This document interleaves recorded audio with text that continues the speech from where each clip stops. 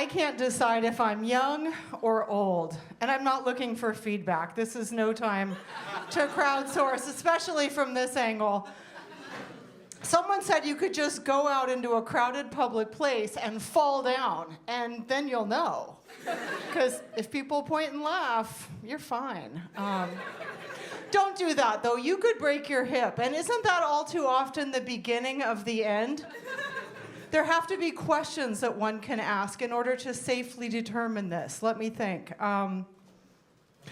Did you initially read the book 1984 as a futuristic cautionary tale?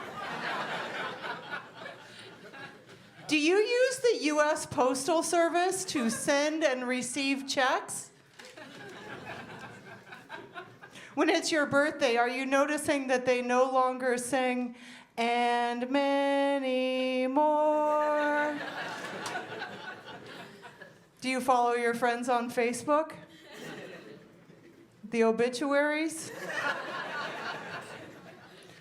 A while back, I was in my mom's kitchen, and she had an obituary on the refrigerator, and I said, "Oh, sweetie, did you lose a friend?" And she said, "Oh, no, I just like her haircut." If you're getting style cues from the obituaries, you're a goner. Are you no longer able to date people who are older than you are because there simply aren't any? I definitely find myself really confused by commonly used phrases. Like, I can't ask people to follow me. When I was growing up, if you were followed, that was the last thing that anyone ever heard about you alive. The next thing they'd hear is where the body had been recovered. When I was growing up, a browser, that was just a lady that loitered in a gift shop. A hard drive, that's something that went down on a long summer day in the back of a station wagon with too many kids and a destination that no one was even that keen about, like Aunt Esther's. When I was growing up, a transistor was a kind of radio.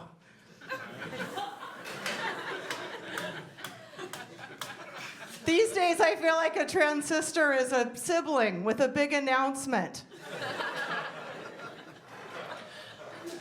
Another way to know if you're old is if you have old kids. Anyone here have old kids? Okay, well, let me explain. We have 4 children in their 20s, so you know what that means. We are always out of beer. And the worst part is, I'm obsolete. If anyone here needs a ride home or a snack or anything, I have some perfectly good raisins in my purse. It's weird when you have kids this age, though, because they're kind of half grown up and half child. So we have some bizarre conversations. The other day, the oldest one said to me, "Stop treating me like I'm a baby," and "Hell yes, I want an Easter basket." When you get to the point that, you've got a hungover, bearded dude standing in your living room, first thing Easter Sunday morning, holding a sparkly basket of eggs, it's probably time to lose the basket, When condoms and edibles and concert tickets feel like the right thing to be putting in the basket, probably just time to go ahead and lose the basket. Thank you so much for having me.